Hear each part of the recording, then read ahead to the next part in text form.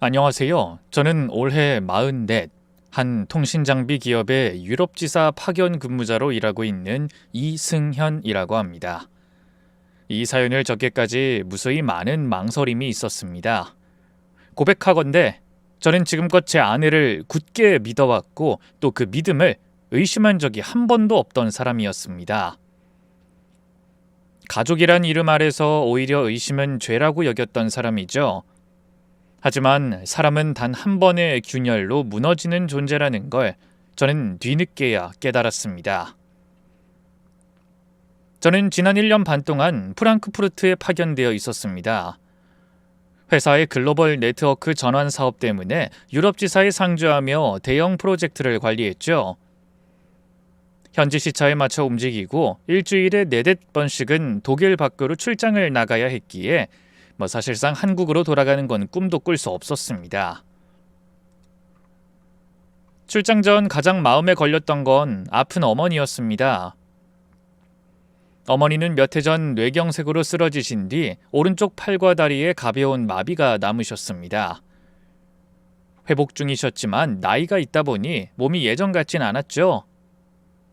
아내 서진이가 그런 어머니를 직접 모시겠다고 나섰을 때 저는 너무 고마워서 말문이 막혔습니다. 당신 회사 일이 얼마나 중요한지 아는데 어머니 일 때문에 그 기회를 놓치게 하고 싶진 않아. 내가 할게. 우리 어머니 아니야. 그 한마디가 그렇게 믿어올 수가 없었습니다. 사실 저희 부부는 몇 해 전까지 사이가 썩 좋지만은 않았습니다. 아이를 가졌던 적이 있었지만 결과가 좋지 않았고 그때 아내는 크게 무너졌죠. 그 상실 이후 아내는 한동안 사람을 피했고 저와의 대화도 줄어들었습니다. 저는 그 감정을 일일이 들여다보지 못했고 그게 또 아내에게 상처가 됐던 모양입니다. 그러다 어머니 간병 문제를 두고 대화를 나누던 중 아내가 스스로 어머니를 돌보겠다고 했을 때 전 그게 우리 관계를 회복할 기회가 될 수도 있겠다 생각했습니다. 우리 새로 시작하자. 그 말을 마지막으로 저는 비행기에 몸을 실었죠. 출장 중에는 가능한 자주 연락하려 애썼습니다. 시차가 맞지 않아 밤늦게 전화를 걸면 아내는 피곤한 목소리로도 늘 제 전화를 받아줬고 화상통화에서는 어머니가 휠체어에 앉아 웃음을 보이실 때도 있었습니다. 물리치료를 받으시는 모습, 식사를 하시는 모습, 아내가 옆에서 담요를 덮어주는 손짓까지 화면 속 그 모든 장면들이 저를 안심시켰고 또 죄책감을 덜어줬죠. 어머니께서 오늘은 밥을 반 공기나 드셨어. 낮엔 햇살이 좋아서 어머니 손잡고 정원 산책했어. 다행히 혈압도 괜찮고 밤에 푹 주무셨어. 아내는 문자와 이메일로 어머니의 상태를 아주 세세하게 기록해줬습니다. 심지어 어떤 날은 어머니가 드신 반찬 종류까지 사진으로 보내줬죠.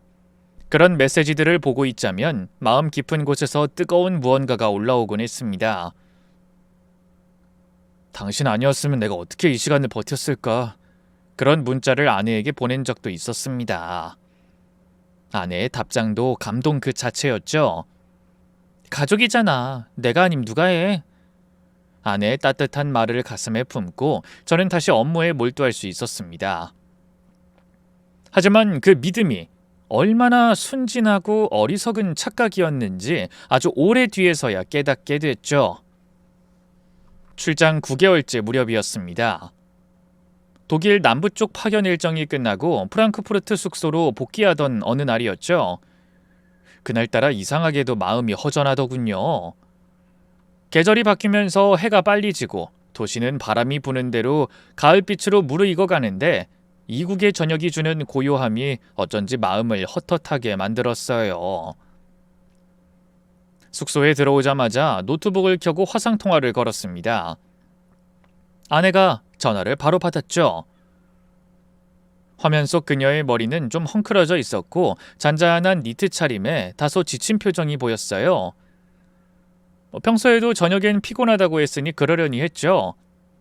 어머니 깨어 계셔? 어머니 안방에서 이제 막 누우셨어. 통화할 수 있을진 모르겠지만 한번 해볼게. 조금 뒤 화면 속에 어머니 얼굴이 나타났습니다. 분홍빛 플란넬 잠옷에 여전히 휠체어에 앉아 계셨죠. 엄마! 누구? 어머니는 화면을 바라보며 눈을 가늘게 찌푸리셨어요. 제 얼굴을 바로 알아보지 못한 건 그럴 수도 있다 생각했지만 이상하게도 어머니 눈빛이 제가 알던 그 눈빛이 아니었습니다. 어딘가 멍하고 초점이 맞지 않더라고요. 어머니, 엄마, 접니다, 승현이요. 그래, 우리 아들. 어디 불편한 데는 없으시고?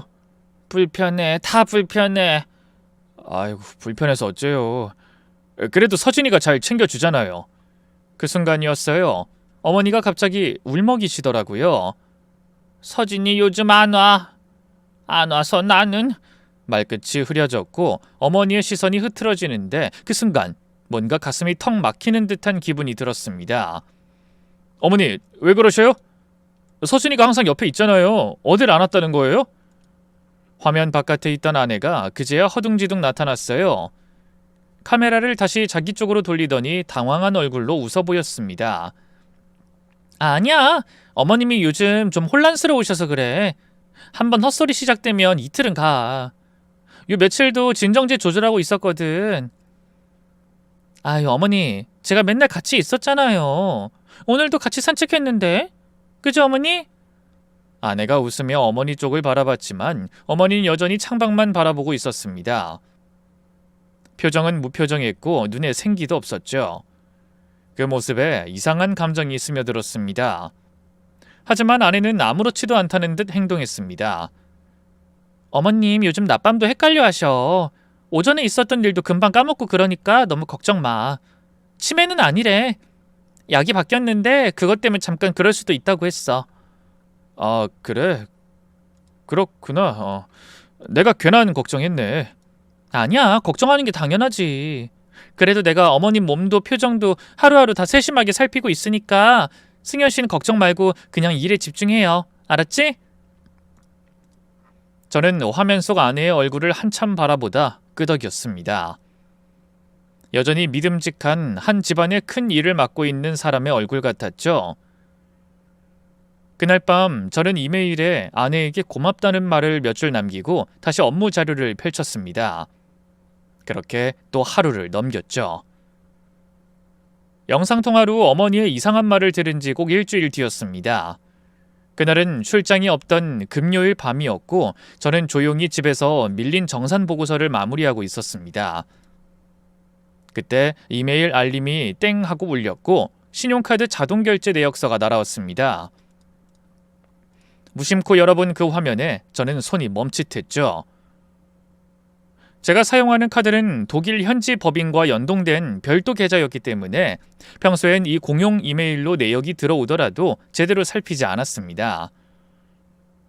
아내도 이 이메일로 내역이 들어온다는 걸 모르는 듯 했죠. 그날은 이상하게도 지출 내역을 보고 싶더라고요. 쇼핑몰 18만 2천 원, 약국 2만 5천 원, 식료품 14만 원. 뭐 그 정도야 병원 다니고 식사 준비하다 보면 나올 수 있는 금액들이니까요. 처음엔 대수롭지 않게 넘겼습니다. 그런데 스크롤을 더 내리다 보니 눈에 띄는 항목이 하나둘 늘어나기 시작했습니다.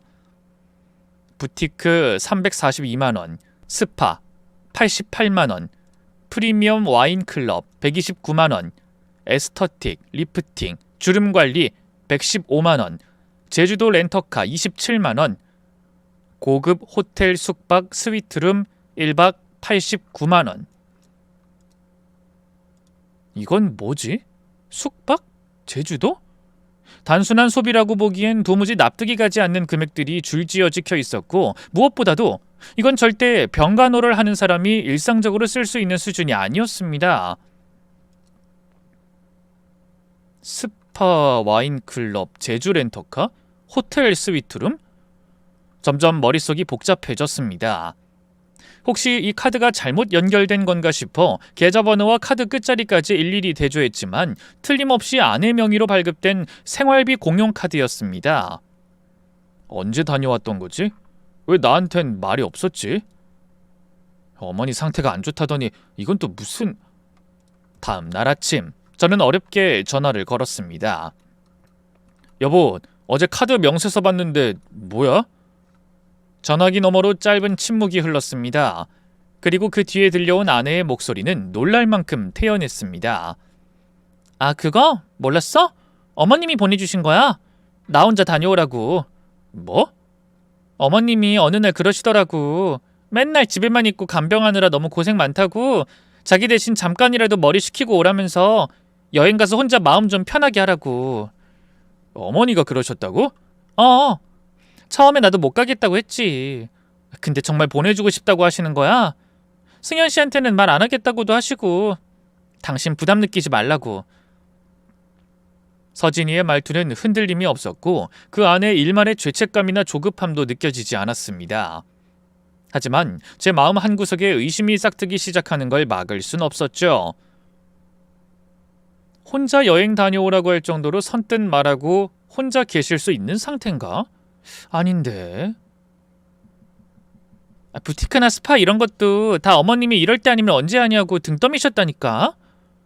여자 입장에서 그런 말 들으면 얼마나 고마운지 몰라. 나 솔직히 울 뻔했어. 친정엄마처럼 대해주셔서. 그래. 뭐 당신 고생하니까 그런 시간 필요하지. 잘했어. 그런데 그동안 어머닌 어떻게 지내셨어? 아내는 약간 짜증을 누르는 듯한 톤으로 말했습니다. 여보, 1일 간병인 불렀어. 간병업체에 하루짜리 긴급 지원 요청하면 요즘은 다 돼. 요금도 부담 안 되고 보험 처리도 되고. 내가 그 정도도 준비 안 했겠어? 저는 말문이 막혀 잠시 아무 말도 못했습니다. 그럴만도 하다 싶으면서도 어디서 이상한 껄끄러움이 목에 걸려 내려가지 않았어요. 그리고 나도 사람인데 나도 숨 좀 쉬고 싶잖아. 계속 집안에 갇혀서 어머님 수발만 들고 있는데 그거 말 안 해도 얼마나 답답한 줄 알아? 하루쯤 바람 좀 쐬고 와도 되잖아. 안 그래? 그 말에 뭐라고 반박할 수가 없었습니다. 누구랑 갔냐고 묻고 싶은 마음이 불쑥 올라왔지만 입안에서 꾹 눌러 삼켰습니다. 아내는 평소에도 다른 사람들과 어울리는 걸 꺼리는 성격이었고 그 모든 걸 혼자 감당하며 집을 지키고 있는 사람인데 제가 더 이상 캐물을 명분도 없었습니다. 그래, 뭐 그럴 수도 있지. 그리고 어머니가 정말로 그렇게 말씀하셨다면 뭐 어머니 재산이야 워낙 차고 넘치고 남아있으니 큰 문제될 건 없다고 스스로를 달랬습니다. 또 다른 날, 그날도 새벽이었습니다. 독일 시각으로는 새벽 5시, 한국은 정오를 좀 넘긴 시간이었겠죠. 전 그날따라 이상하게 잠을 설쳤습니다. 꿈자리가 뒤숭숭했고 이불이 축축하게 젖어 있더군요. 밖은 아직 새까만데 왠지 모르게 숨이 막히는 듯한 기분이 들어 창문을 열었습니다. 차가운 공기가 확 들어오자 그제야 정신이 좀 들었죠. 그때였습니다. 머리맡에 뒀던 핸드폰이 진동을 울리기 시작했습니다. 전화번호는 어머니 휴대폰 번호였습니다. 순간 심장이 철렁했죠. 어머니는 전화 사용이 익숙치 않아 늘 서진이의 도움을 받거나 영상통화도 서진이의 핸드폰으로 걸어왔던 분이셨습니다. 그런데 지금 직접? 그것도 이 시간에? 급히 전화를 받았죠. 여보세요? 엄마? 승현아. 거칠게 쉰 목소리였습니다. 가까스로 숨을 쉬시는 것 같았습니다. 엄마 무슨 일이야? 무슨 일 있어요? 와라. 나 얼마 못 갈 것 같다. 그 말을 듣는 순간 소름이 쫙 돋더라고요. 엄마 무슨 말이야? 어디 아파? 지금 어디 계세요? 서진이 옆에 없어요? 몇 차례 더 물었지만 전화기 너머에선 끊어진 듯한 침묵만 이어졌습니다. 지금 무슨 일이 벌어지고 있는 거지? 서진이는 어디 갔고 어머니는 왜 저런 목소리를 낼까? 어떻게 혼자 전화를 거셨지? 그 손으로? 머릿속이 복잡해졌습니다. 이건 더 이상 원거리에서 감당할 수 있는 문제가 아니라는 판단이 섰습니다. 급히 회사에 연락을 넣었습니다. 당장 다음날 새벽 비행기로 예약을 넣고 출장 중이던 동료들에게 업무 인수인계를 부탁했죠. 평소라면 아무리 급해도 이틀은 걸릴 준비가 그날은 단 몇 시간 만에 끝났습니다. 그만큼 마음이 급했죠. 서둘러 짐을 싸며 습관처럼 아내에게 연락을 남기려던 저는 이상한 직감에 휩싸여 아내에게 연락을 남기지 않고 곧장 출발했습니다. 진심으로 간절히 바랬습니다. 부디 아무 일 없기를, 내 불안이, 내 직감이 틀렸기를. 인천공항에서 택시를 잡아탄 건 오전 6시 무렵이었습니다. 비행 내내 한숨도 자지 못했던 몸은 만신창이었지만 오히려 눈은 이상하리만치 말똥말똥했습니다. 오랜만에 들어온 한국을 느낄 새도 없이 저는 택시에서 내리자마자 짐가방을 마구 끌면서 아파트 입구로 달려갔죠. 엘리베이터를 기다리는 시간이 그토록 길게 느껴진 적은 없었죠. 삐 하는 소리와 함께 문이 열리고 내려선 층에서 현관 앞까지 걸어가는 그 짧은 거리 동안 손바닥에 땀이 흥건하게 배어들었습니다. 그리고 비밀번호를 누르고 현관문을 연 순간 저는 그 자리에 멈춰설 수밖에 없었습니다. 악취에 숨이 막혔습니다. 첫 냄새는 곰팡이, 그 다음은 상한 음식, 사람이 오래 씻지 않았을 때 풍기는 눅눅한 채취. 현관 바닥엔 신문이 너덧장 쌓여 있었고 슬리퍼는 뒤집힌 채 굴러다녔습니다. 어머니? 서진아? 나왔어! 서진아! 아무 대답도 없었습니다. 서둘러 안방문을 열자 거기 제 소중한 어머니가 계셨습니다. 휠체어도 없이 얇은 요 하나 깔린 바닥에 그마저도 비틀어진 자세로 누워 있었습니다. 머리는 떡이 져 있었고 팔은 뼈만 남은 듯 말라 있었습니다. 몸에는 기저귀가 덧대어진 채 하루 이상은 바꾸지 않은 듯 보였어요. 그때 어머니가 눈을 뜨고 절 바라보셨습니다. 하지만 눈빛은 탁하고 초점이 없었습니다. 엄마! 제 입에서 터져나온 목소리는 거의 울음에 가까웠습니다. 엄마, 나야! 나 왔어!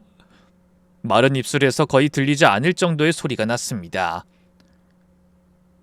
서진이 안 와. 저는 손에 힘이 풀려 그대로 바닥에 주저앉았고 벌벌 떨면서 119를 눌렀습니다. 그 순간 아내에게 카카오톡 메시지가 왔습니다.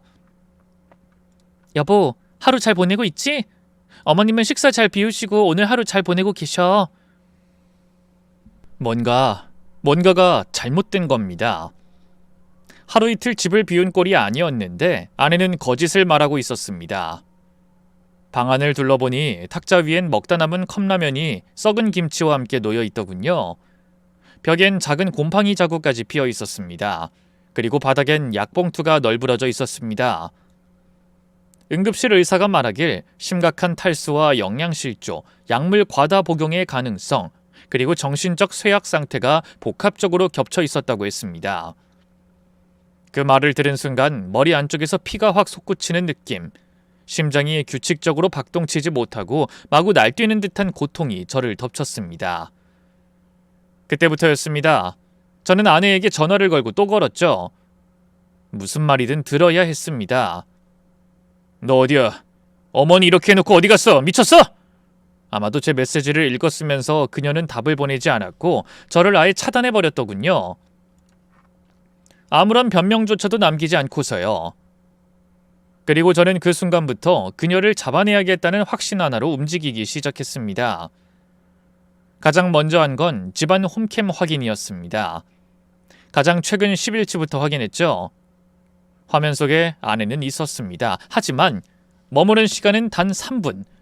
간헐적으로 들어왔다 나가길 반복할 뿐이었습니다. 식사는 거의 없다시피 했습니다. 옷도 갈아입혀주지 않았고 휠체어조차 거의 사용되지 않았습니다. 그저 가끔 문을 열고 들어와 어머니를 빤히 바라보다가 다시 나가는 모습뿐이었습니다. 이걸 인간이 할 수 있는 짓이야? 침대 프레임 아래, 화장대 서랍, 서진이의 책상, 모든 서랍과 수납장을 닥치는 대로 열기 시작했습니다. 손이 떨리고 이성을 놓을까봐 두려웠지만 지금 이 순간만큼은 참을 수가 없었습니다. 저는 분노에 휩싸여 약 처방전, 의사 진단서 사본, 그리고 간병 서비스 1회 지원 영수증도 찾아냈습니다. 사람을 부른 날짜는 바로 서진이가 제주도 호텔 스위트룸에 있었던 날이었습니다. 아, 그 모든 것이 다 연결돼 있었구나. 아내는 정교하게 사기극을 벌인 것이었죠. 제가 눈치채지 못한 사이 어머니는 조용히 죽어가고 계셨던 겁니다. 집안을 샅샅이 뒤지던 끝에 서류 봉투를 하나 발견한 건 그때였습니다. 거기엔 보험 설계서가 있었습니다. 피보험자는 저희 어머니, 수익자는 아내 한서진, 사망 시 지급액 총 5억 5천만 원. 그날 밤 저는 변호사에게 전화를 걸었습니다. 친형처럼 따르던 대학 선배였고 사건 정리와 대응에 능한 사람이라 판단했습니다. 형, 나 와이프를 꼭 찾아야겠어. 찾아서 죽여놓고 싶을 정도야. 그렇게 말하는 제 목소린 평온했지만 핸드폰을 움켜쥔 손은 바들바들 떨리고 있었습니다. 어머니를 병원에 모신 그날 밤 저는 혼자 집으로 돌아왔습니다. 누가 봐도 살 수 없는 집, 도저히 침대에 눕는다는 건 상상할 수도 없었고 저는 거실 탁자 앞에 멍하니 앉아 있었습니다. 휴대폰은 여전히 조용했습니다. 아내에게 걸었던 수십 통의 전화는 전부 부재 중이었고 문자에도 답이 없었고 메신저에도 읽음 표시 하나 뜨지 않았습니다. 그녀는 그렇게 사라졌죠. 그녀는 저희 어머니를 페인처럼 만든 채 어디론가 도망간 겁니다. 그 순간 머릿속에 떠오른 하나의 기억, 1일 간병인을 불렀다는 말, 제주도 호텔 숙박 명세가 찍힌 날과 정확히 겹치던 그 단 하루뿐이던 외부인의 흔적. 저는 곧장 간병업체에 전화를 걸었습니다. 어머니를 돌봐준 신현주 씨라는 이름의 간병인과 통화를 나눴죠. 제가 박씨 할머니 보호자인데요. 혹시 지난달 23일에 하루 동안 돌봐주셨던 분이 맞으실까요? 그 날짜, 네, 맞는 것 같습니다. 그날 어머니 상태는 어떠셨는지 기억나세요? 글쎄요. 하루만 뵌 거라 잘 모르겠습니다. 식사는 하신 걸로 보이던가요? 약은 제대로 드신 것 같았나요? 모르겠어요. 그건 제가 판단할 수 있는 부분이 아닙니다. 그날 집안 분위기나 아내와의 통화나 죄송한데요. 바빠서 끊겠습니다. 툭. 통화는 그렇게 일방적으로 끝났습니다. 순간 의심이 솟구쳤습니다. 간병인도 아내와 한패 아닐까? 저는 곧장 업체에 다시 연락을 넣어 신현주 씨가 그만둔 지 한 달이 넘었다는 말을 듣고 더는 망설이지 않고 직접 만나자고 연락을 보냈습니다. 생각보다 빠르게 답이 왔고 다음날 오후 근처 카페에서 신현주 씨와 마주 앉았습니다. 저한테 뭘 들으시려고요? 저는 하루 일한 사람입니다. 오래 있었던 것도 아니고요. 저는 천천히 숨을 고르며 핸드폰을 꺼냈습니다. 어머니가 처참하게 방치된 방의 사진, 병원에서 찍은 탈수 상태, 영양실조 상태의 차트, 그리고 기저귀와 곰팡이, 약이 흩어진 바닥의 모습까지. 스크린을 밀며 보여주는 동안 그녀의 얼굴이 점점 굳어졌습니다. 말도 안 돼. 그땐 그러지 않으셨어요. 식사는 좀 부족했지만 상태가 저 정도로 심각하진 않았어요. 약은 정리돼 있었고 제가 드리는 걸 거부하셔서 좀 당황했지만 그 정도면 혼자 계셔도 큰 문제는 아닐 거라 판단했는데 이게 대체...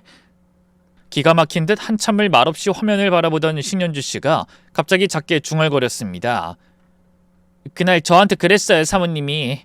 뭐라고 하셨는데요? 사장님이 학대한다고 그러더라고요. 자긴 시어머님이 안쓰럽고 딱해서 사장님 몰래 어머니를 보살핀다면서 울었어요. 자기가 얼마나 고생하면서 어머니를 살리고 있는지 남편은 모른다. 돈만 보내고 어머니를 방치하면서 모질게 군다고.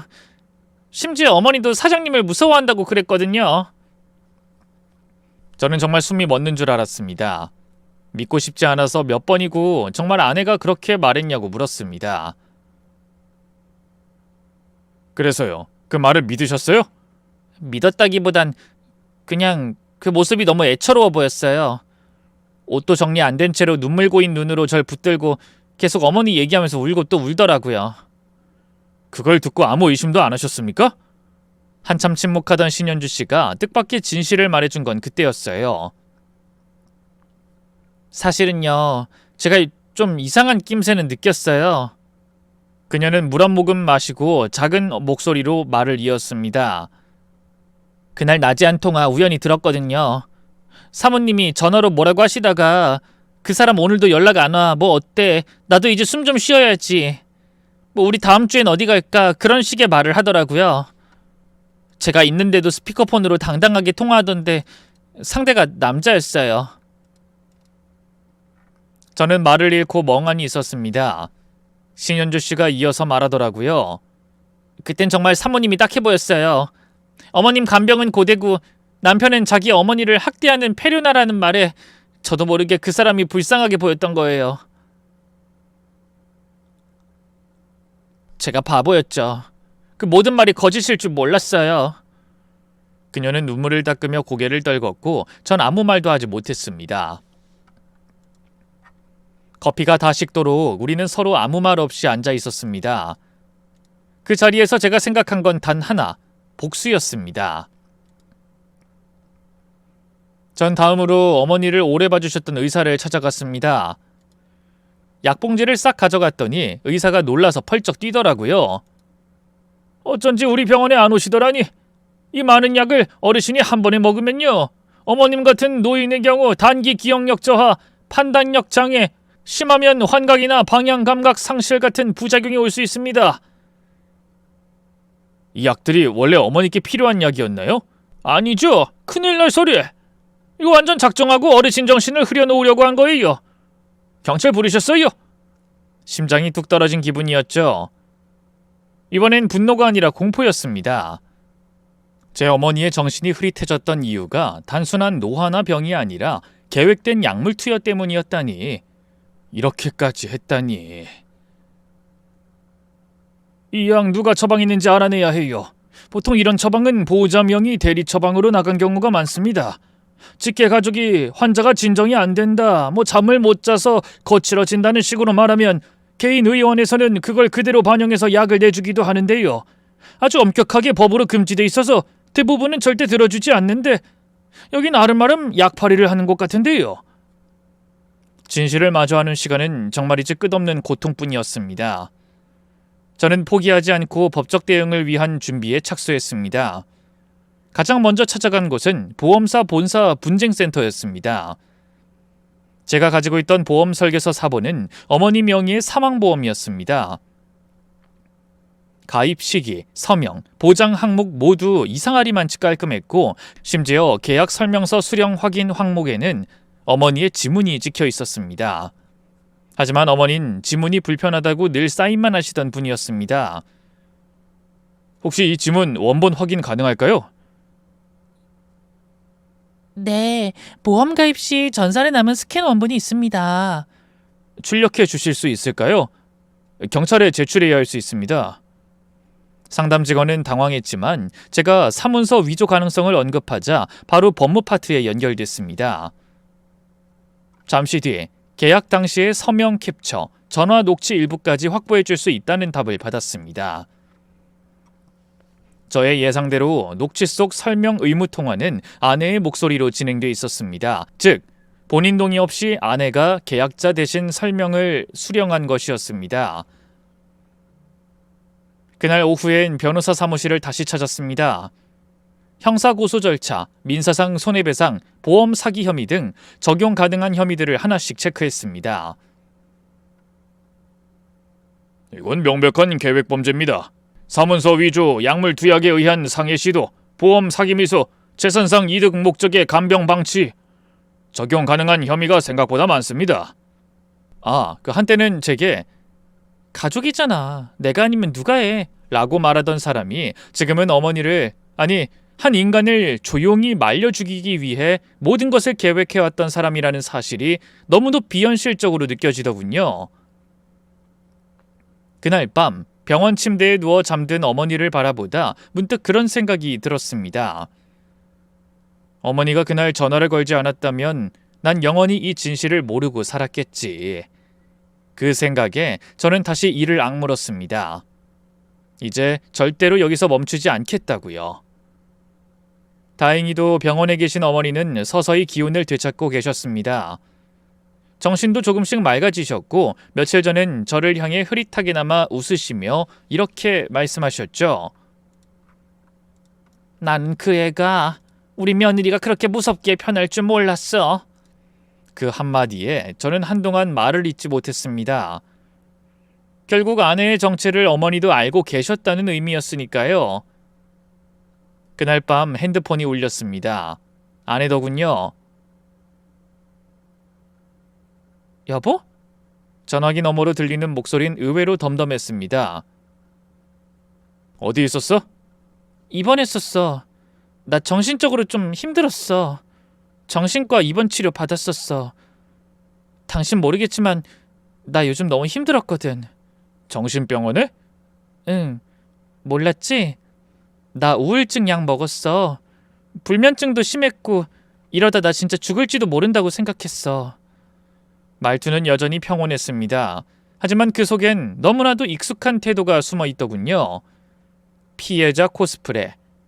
그건 그녀가 회사에서 실수했을 때, 가족들 모임에서 불편한 말을 들었을 때, 늘 자신을 방어할 때 쓰던 방식이었습니다. 그래서 당신은 병원에 입원한 상태로 어머니를 혼자 방에 방치해뒀다는 거야? 잠깐의 정적이 흘렀습니다. 아내는 곧장 짜증 섞인 말투로 바뀌더군요. 아, 진짜 왜 이래? 내가 지금 뭐 때문에 입원했는지 진짜 몰라서 그래? 뭐 때문에? 당신 어머니 때문이잖아. 뭐? 나 그동안 얼마나 괴로웠는지 알아? 당신 출장 다니면서 나한테 다 떠맡겨놓고 하루 종일 거동 못하시는 어머니 약 챙기고 씻기고 밥 먹이고. 내가 뭐 간병인이야? 하인이지 그냥. 목소리가 커졌습니다. 제가 지금까지 알고 있던 그녀가 아니었습니다. 서진아, 너 지금 어머니 상태 알아? 아, 몰라. 내가 어떻게 알아? 병원에 입원해 계셔. 탈수에 영양실조, 약물 과다 복용, 방엔 곰팡이 피어 있었고 기저귀 며칠째 갈지도 않은 채였어. 힘들었으면 못한다고 말하면 돼. 내가 억지로 일을 떠넘긴 게 아니잖아. 당신이 하겠다고 했잖아. 지금 그게 변명이 된다 생각해? 침묵. 처음으로 긴 침묵이 흘렀습니다. 서진아, 여보, 회피하지 마. 사진 있어. 진료 기록 있어. CCTV도 다 봤어. 그리고 당신 간병인 썼었지? 그 사람한테 너 통화한 내용까지 다 들었어. 아이, 그 미친년이 진짜. 그 순간 등줄기에서 식은땀이 났습니다. 당신 지금 뭐라고 했어? 아, 됐어. 몰라. 아무튼 지금은 말할 기분 아니야. 정리되면 다시 연락할게. 끊지 마. 서진아, 여보! 전화는 일방적으로 끊겼습니다. 아내와의 전화가 끝난 뒤 저는 한동안 핸드폰을 든 채 말도 숨도 생각도 하지 못하고 있었습니다. 더 이상 제가 알던 아내가 아니었습니다. 침착함 뒤에 감춰졌던 뾰족한 기색, 조금의 죄책감도 없이 쏟아내는 불만과 일방적으로 끊어버리기까지 제 안에서 뭔가가 무너졌습니다. 이제 기다리고 이해해줄 이유가 없었죠. 아내가 증거를 없애고 발을 빼고 도망치기 전에 제 손으로도 복수하고 싶었습니다.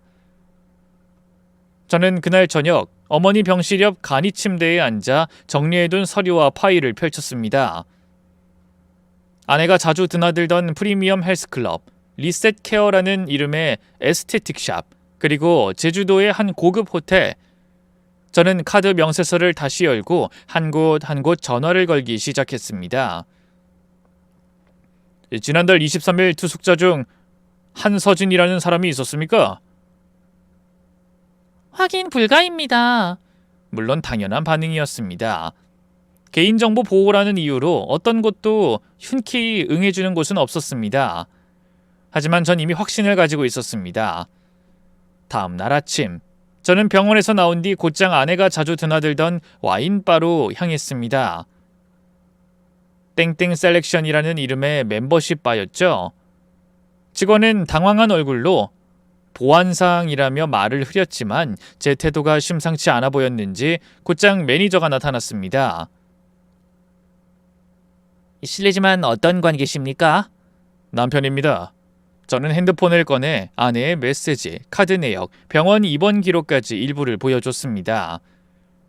매니저는 이러면 안 되는데 하면서도 제가 딱 했는지 슬쩍 정보를 흘려주더라고요. 한 분 더 동행하셨습니다. 남성 고객이었고 자주 오셨던 분은 아니었지만 꽤 친밀해 보였던 건 기억납니다. 그 한마디에 모든 조각이 제자리를 찾아 들어가는 걸 느꼈습니다.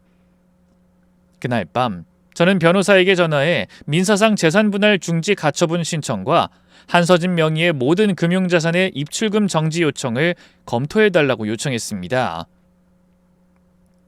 그리고 마지막으로 경찰서에 방문해 고소장을 접수할지를 고민하던 찰나 낯선 번호로 전화가 걸려왔습니다. 돈줄이 막힌 아내일 거라 짐작한 저는 망설임 없이 전화를 받았습니다. 여보.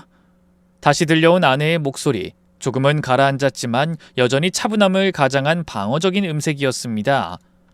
서준아, 지금 어디야? 제주도야. 잠깐 쉬고 있어. 제가 돈줄을 틀어쥐어서 급박할 텐데도 아내는 시치미를 뚝대고 있더군요. 아니면 아내에게 돈을 주는 다른 사람이 있을지도 모르는 일이겠죠. 서준아, 지금 혼자야? 그게 중요해? 아내는 좀 동요하는 것 같더군요. 한서진, 내가 모를 것 같아? 당신 지금 도피 중이잖아. 나랑 장난해? 정신병원? 입원 치료? 헛소리 하지 마. 당신 지금 돈줄 막히고 급하잖아. 그 와중에 시치민 떼야겠고, 아니야? 전곡을 찔린 아내는 또 한 번 돌변했습니다. 하, 적당히 좀 해. 당신이 뭐 경찰이야? 판검사야? 뭐? 당신이 뭘 알겠어. 당신은 유럽 출장 간다며 집 나가더니 전화만 툭툭. 내가 혼자 하루에 몇 번을 침대 시트 갈았는지 알아? 당신 어머니가 갑자기 소리 지르면 내가 얼마나 무서웠는지 알아? 그게 당신이 어머니한테 약 먹인 이유야? 당신 보험금 노린 거잖아. 아니야? 그 순간 전화기 너머로 숨소리가 달라졌습니다. 이제 감정이 흔들리기 시작한 사람의 호흡이었습니다. 정신과 약 처방은? 병원 진단서 위조한 건? 당신 이름으로 어머니 보험 가입하고 수익자 지정하고 서명 대신 지문 도용하고 그거 전부 당신 혼자 한 거야? 그때 수화기 너머로 낯선 남자의 목소리가 불쑥 끼어들었습니다. 서진씨, 그냥 끊어, 얼른! 그리고 전화는 뚝 끊어져 버렸죠. 다음날 아침 저는 빨리 움직였습니다. 이혼을 준비하고 서류를 바탕으로 변호사에게 재산 분할에 대해서도 상의했죠. 빠르게 움직였습니다. 부동산 1건, 예금 2건, CMA 계좌 1건, 주식 1건, 펀드형 보험 1건, 총 6건의 금융정보가 조회됐고 그중 3건에 대해 직접 가처분 명령을 신청했습니다. 법원이 가처분 결정을 내리면 제 명의의 카드뿐만 아니라 부부 명의의 그 어떤 자금도 아내는 손댈 수 없게 됩니다. 다음은 형사 대응입니다. 저는 변호사와 함께 수사기관 제출용 고소장을 정리했습니다. 내용은 다음과 같습니다. 피해자 박미자는 현재 입원 중이며 진료기록상 탈수, 영양실조, 약물 과다 복용 소견이 확인됨. 피고소인 한서진은 고의로 약물을 조달하고 투여 가능성을 높임. 보험 가입 당시 피보험자 동의 절차가 없었으며 서명 위조 및 지문 무단 사용 정황이 존재. 카드 명세서 및 위치 기록으로 아내가 간병 중 이탈한 사실 명백. 보험금 청구 시도가 있었는지는 확인 중이며 시도가 있었다면 보험금 편취 목적의 상해 유도로 해석 가능. 고소장은 사문서 위조, 보험 사기 미수, 그리고 특수상해 미수 혐의로 구성됐습니다. 의도적인 신체 가능 저하를 유도한 범죄라는 정황이 충분했기에 경찰은 이례적으로 빠르게 고소장을 접수하고 수사관과의 1차 면담 일정을 잡았습니다. 저는 마지막으로 아내에게 마지막 기회를 줄게 라고 얘기하자 메시지를 보내왔죠. 네가 무슨 얘기를 해도 다 들을 준비 돼 있어. 이번 주가 지나기 전에 반드시 얼굴 봐야겠어. 네가 정리한 대로 나도 내 방식대로 정리할 거야. 서울 시내 한적한 카페 구석진 자리. 사람이 드문 평일 오전이었고 그녀는 약속 시간보다 15분 늦게 나타났습니다. 긴 머리를 질끈 묶고 선글라스를 벗은 얼굴은 살이 빠졌고 화장기도 거의 없었습니다. 처음으로 그녀가 초라해 보였습니다. 아내는 마주 앉자마자 무섭게 따지더라고요. 벌써 경찰에 갔어? 내 이야기 듣지도 않고? 내 숨통 조이면서 용서를 빌라고? 한서진, 무슨 말을 해도 결국 핵심은 네가 바람나서 어머니 재산 해먹고 도망치려고 했다는 거야. 알아? 심지어 넌 똑똑하지도 못해서 증거도 여기저기 다 남겨놨지. 내가 널 부른 건 마지막 기회라도 줘보려고 했던 거였어. 근데 그냥 여기까지다. 너랑 난 그만하자. 저는 조용히 커피잔을 내려놨습니다. 처음으로 입을 꾹 다물고 고개를 숙인 아내는 말이 없더군요. 저는 그대로 아무 말 없이 자리를 떠났습니다. 이제 그 남자의 정체를 알아낼 차례였죠. 아내의 통화 내역, 메시지 캡처, DM 리스트, 그중 반복적으로 등장하던 이름이 있었어요. 준호. 성은 없고 저장명도 단순한 이모티콘과 하트로 되어 있었습니다. 사설 정보 탐문 업체에 의뢰하니 금방 알아내더라고요. 며칠 후 담당자에게서 전화가 왔습니다. 종로구 호스트바 직원입니다. 뭐 한땐 잘 나갔다고 하는데 최근엔 업소를 몇 군데 전전하는 중이네요. 그냥 동네 양아치예요. 전화기를 든 채 저는 한참 말이 나오지 않았습니다. 갑자기 허탈해지더라고요. 그저 헛웃음만 나왔습니다. 얼마나 대단한 남자인가 했는데 그냥 유흥업소 직원일 뿐이었으니까요. 고작 그런 놈 때문에 그 남자의 몇 마디에 넘어가서 어머니를 그 지경으로 만들었나 생각하니 진심으로 맥이 딱 풀렸습니다. 갑자기 그냥 다 놔버리고 싶더라고요. 화가 나는 것도 아니었습니다. 그냥 허탈하고 공허하고 헛웃음만 나왔습니다. 만날 거면 제대로 된 놈에게나 넘어가던가. 유흥업소 직원과 눈이 맞았던 거라니. 하지만 이대로 무너질 순 없었죠. 내키지 않았지만 저는 이 남자를 마주하기로 했습니다. 정보업체를 통해 확인된 남자의 근무지는 종로의 오래된 건물 지하에 위치해 있었습니다. 한 남자가 나타났죠. 나이 30 중반쯤, 눈매가 웃는 듯 올라가 있었고 어설프게 어울리지도 않는 명품 벨트를 찼더군요. 셔츠는 가슴 중간까지 풀어헤치고 느글느글 느끼한 녀석이었어요. 저는 더 말도 섞고 싶지 않아서 곧장 서류부터 들이밀었습니다. 이게 뭔지 아십니까? 그는 당황한 눈으로 문서를 내려다봤고 읽는 듯 마는 둥 하며 말을 더듬기 시작했습니다. 이거 왜 저한테 이런 걸... 한서진, 당신 내 와이프랑 몇 달째 만나고 있죠? 보험 사기 공모 혐의, 간병 방치 유도 정황, 사문서 위조 공범 의심 정황까지 같이 손잡고 감옥 갈 겁니까? 아니 잠깐만요. 저 그런 거 모릅니다. 진짜로.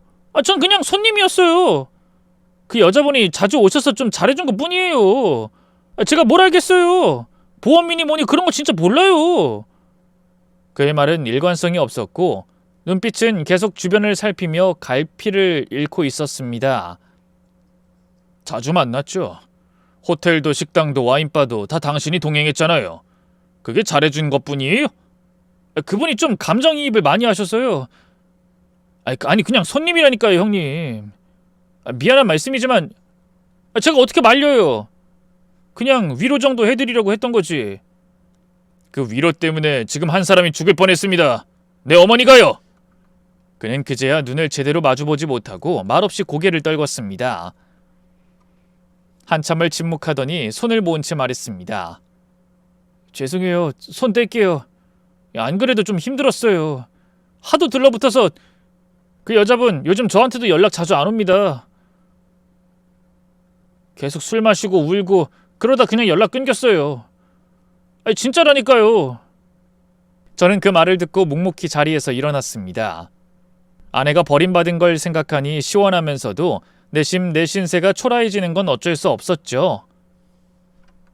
그날 밤 새벽 1시를 넘긴 시각, 아내가 술에 잔뜩 취한 목소리로 전화를 걸어와서 엉엉 울었습니다. 소리를 지르기도 하고 원하는 게 이거였냐며 폭언을 퍼붓기도 했죠. 저는 아무 말 없이 전화를 끊었습니다. 침대에 누운 채 한참을 눈을 감고 있었습니다. 울지 않았고 화도 나지 않았죠. 그저 다시는 그 사람의 목소리를 듣지 않아도 되길 바랐을 뿐입니다. 경찰서 조사 일정은 일주일 뒤로 정해졌습니다.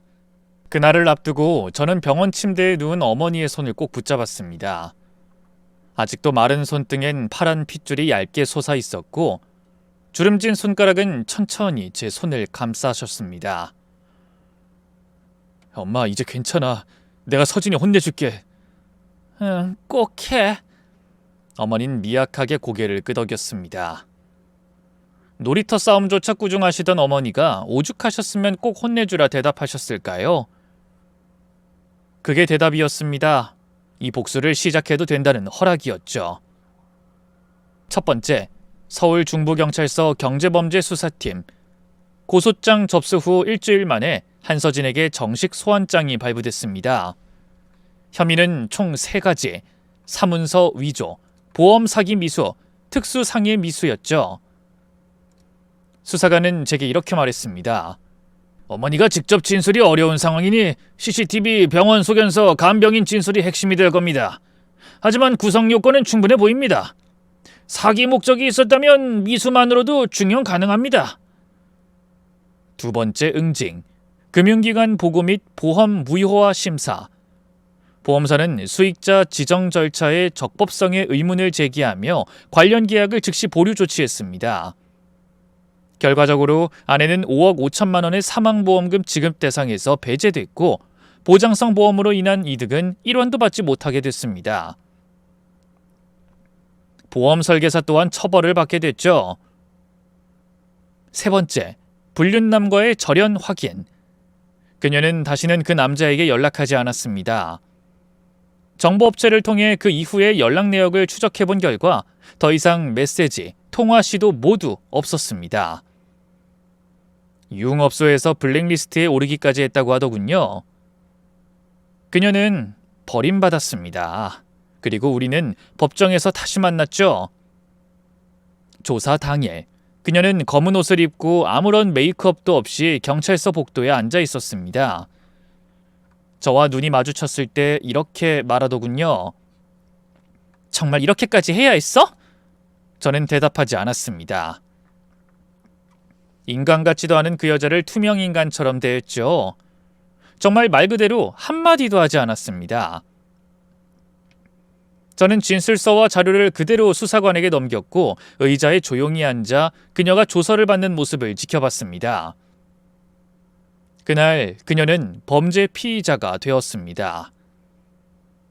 출국 정지 조치가 내려졌고 주민등록상 주소지에 법원 등기 우편이 배달됐습니다. 한서진에 대한 경찰 수사는 생각보다 빠르게 진행됐습니다. 보험사, 병원, 카드사, 간병업체, 변호사 쪽에서 제출한 자료가 결정적이었고 서류 위조와 약물 방치 부분은 상해 미수로 검찰 송치 의견이 붙었습니다. 그녀는 결국 사회적으로도 법적으로도 완전히 나락으로 떨어졌죠. 그날 밤 저는 이불을 목끝까지 덮고 오랜만에 진짜 잠을 잤습니다. 어머니 병실 소파에서 꾸벅꾸벅 졸다 깨는 습관, 새벽마다 핸드폰을 들여다보던 버릇, 고소장 내용을 밤마다 다시 읽던 조급함도 그날 이후로 조금씩 사라졌죠. 어머니는 그 사이 조금 더 회복하셨습니다. 식사를 혼자 하시기 시작했고 제 이름을 명확히 부르시는 날도 생겼습니다. 의사 선생님은 몸은 생각보다 빠르게 나아가지만 정신은 아주 천천히 올라오는 중입니다. 이건 오랜 시간의 결과일 겁니다. 라더군요. 완전한 건강을 되찾을 순 없겠지만 스스로 수저를 드시고 작은 단어로 저와 대화를 이어가시는 모습만으로도 저는 하루를 버틸 수 있었습니다. 형사고소는 진행 중이고 법적 처벌이 나올 때까진 시간이 걸릴 겁니다. 그렇지만 저는 이제 더 이상 그 절차에 감정을 소모하지 않기로 했습니다. 더는 화도 나지 않았고 연민도 느껴지지 않았습니다. 그저 그 사람과 관련된 시간만큼은 나에게서 멈춰 있길 바랬죠. 저는 그 지옥 같은 시간을 흘려보내고 살아남았습니다. 이제는 견디는 게 아니라 제대로 제2의 삶을 살아내고 있습니다. 어머니가 퇴원하시는 대로 저는 서울을 떠났습니다. 경기도 근교에 공기 맑고 병원과도 적당히 가까운 마당 딸린 단층집을 마련했죠. 못난 아들 때문에 고생하신 어머니를 위해 아침마다 뜨뜻한 밥상을 차려내고 텃밭도 가꾸며 조용히 삽니다. 사실 처음엔 망설였습니다.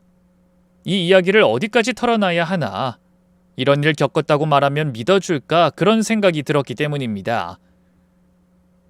그렇게 가까운 지인에게조차 말하지 못하고 가슴에 묻어둔 이야기였습니다. 하지만 이건 제가 어머니를 지켜낸 이야기입니다. 혹시 이 사연을 듣고 계신 분들 중에도 비슷한 시간을 견디고 있는 분이 계신다면 감히 제가 드릴 수 있는 말은 단 하나입니다. 가족을 믿었다가 배신당했고 그로 인해 내 사랑하는 어머니가 다쳤다는 생각에 오래 자책했지만 그래도 나는 피해자였습니다. 철석같이 속인 사람이 악랄한 것이니까요. 스스로를 부끄러워하지 마세요. 남은 시간은 지난 일을 흘려보내고 행복으로 채우세요.